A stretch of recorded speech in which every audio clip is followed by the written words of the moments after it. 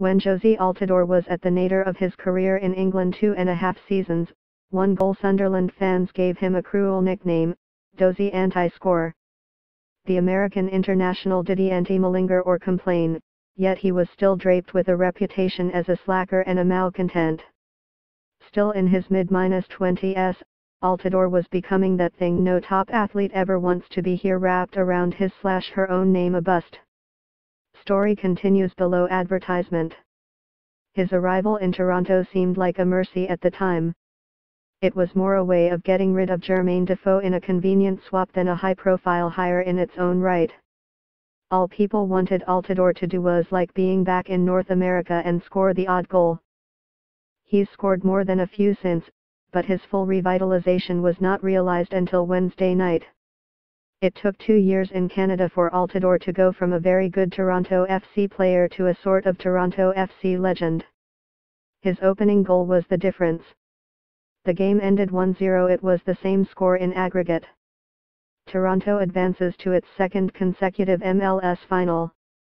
That game will be played at BMO Field on December 9th against either last year's champions, the Seattle Sounders, or Houston Dynamo. The Sounders, who took the title from Toronto in a penalty shootout last year, lead the Western Conference Final 2-0 going into Game 2 Thursday in Seattle. It was a very good goal, but not a great one. Played through by Sebastian Giovinco, a nice give and go between Altidore and Victor Vázquez, Altidore sprinting onto the end of it and curling the ball around and over the Crew goalkeeper. What made the goal special was what had happened 10 minutes before.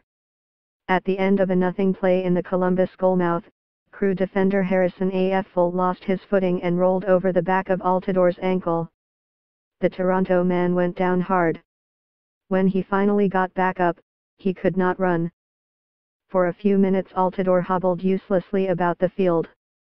When someone made the mistake of giving the ball to him, he nearly fell over passing it because he could not put weight on his plant foot. Story continues below advertisement. Story continues below advertisement. After a few minutes of that, Altidore came off. A substitution seemed inevitable, if not exactly preferable. Without Altidore as target man and defender magnet up front, Toronto has looked a bit of a muddle during this postseason.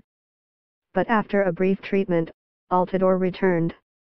He didn't look a whole lot better, still limping noticeably and utterly immobile when the ball wasn't near him. Clearly, had saved himself for one great output of energy. His two best runs of the evening were the move on the goal, and a subsequent one to the corner flag to celebrate. Shortly thereafter, he was replaced. It wasn't quite Bobby Bon on a broken leg in a Game 7, but as you may have noticed, Toronto is a little short of heroic sporting moments since then. So this one will have to do.